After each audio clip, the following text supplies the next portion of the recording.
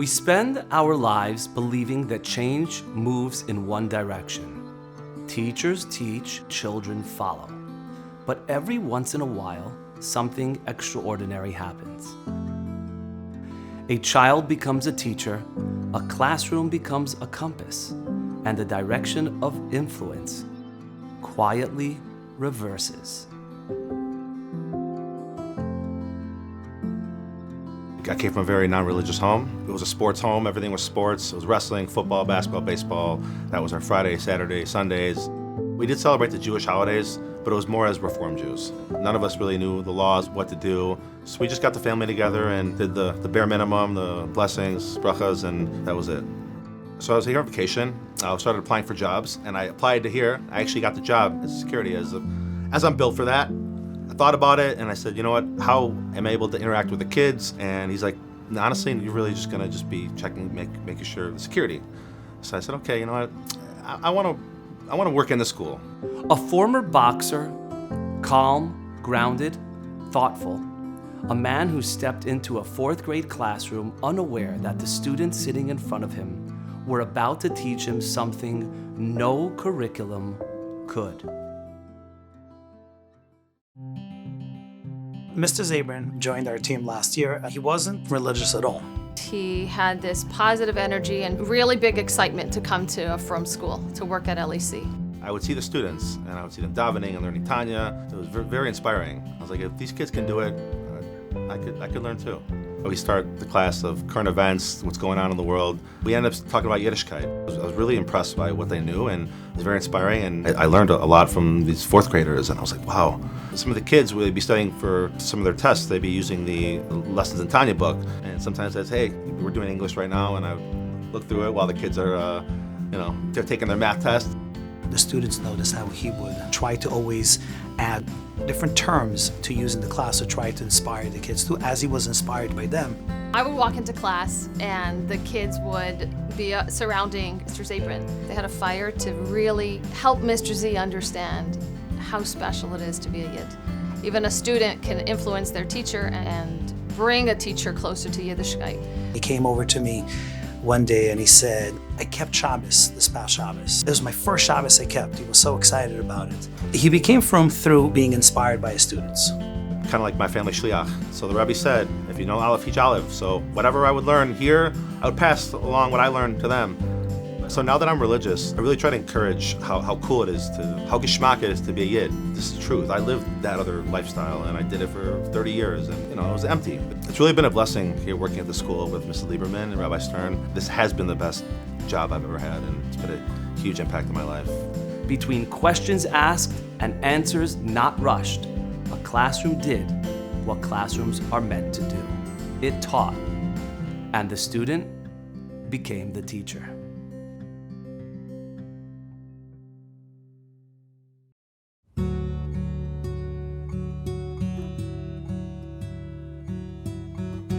Transformation does not belong only to adults. Sometimes the smallest shoulders carry the greatest change. Sometimes a child walks into a classroom and walks home carrying a spark that will light an entire house.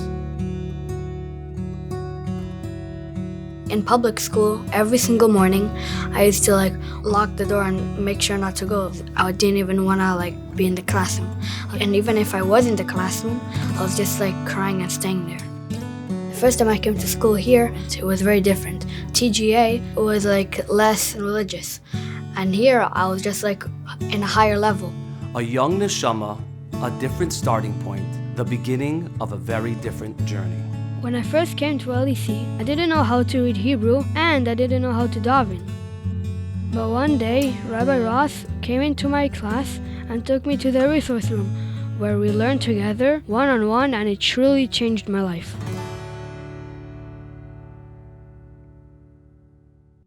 One day, I walked into my house and said, I don't really want to eat that because it's not kosher. One day Eldad came home and he said, your food is not kosher. I said, okay, that's the food I have. If you don't want, then find other house. Then my wife came to me and said, I'm going to throw you out, not him. And so you better do what he wants. I said, okay, what do you want? He said, I want kosher food. So I said, okay, let's buy him kosher food. at Shabbos. I didn't want to watch TV, do anything on the phone. My mom and dad were confused about what was happening in this science experiment. I saw he's not stepping out of his room at Saturday, and I thought, well, what's wrong with you? He said, no, it's Shabbat. You have a TV open in the living room. You know, you're Jewish, you're supposed to keep Shabbat. And I said, what do you mean I'm Jewish, I need to keep Shabbat? I'm not religious. So I can't go out of my room when you have the TV open. I said, okay, what do you want? He says, I want you to take me to shul. When I go to school and then I come back home, I teach them what I learned. I inspired my dad to learn a lot more. I started to learn Torah myself. Like my wife, she was in the process already. She was taking a lot from him. Once you live a spiritual life, there's nothing like it. Do you feel like you're the rabbi of the family? My dad right now is in the lead. Yeah? So yeah. We wanted to do a bar mitzvah, so my whole class came to my bar mitzvah. I was chazan for Shema, and then I was reading from the Torah. I'm so proud of my son, Eldad Shay. He wants to take the message out. Whatever he knows, he wants everybody to know. I know that my parents are proud of me. So my rabbi said that let's say you know olive, you should teach it to someone that doesn't know. And now I'm helping my family know all the stuff they don't know, just like the Rabbi did. These stories did not happen in the same classroom. They did not happen in the same year. They happened because of the same truth. When chinuch is lived, not just taught, the impact does not stop where it begins. One classroom changed a man, and one child changed an entire family. This is the vision that Rabbi Avram Korf brought to Florida. Not just institutions, not just schools, but a symphony of shlichus, where every teacher, every child, every family becomes part of the music. He was the maestro, and tonight you will meet the living notes of the melody that he began.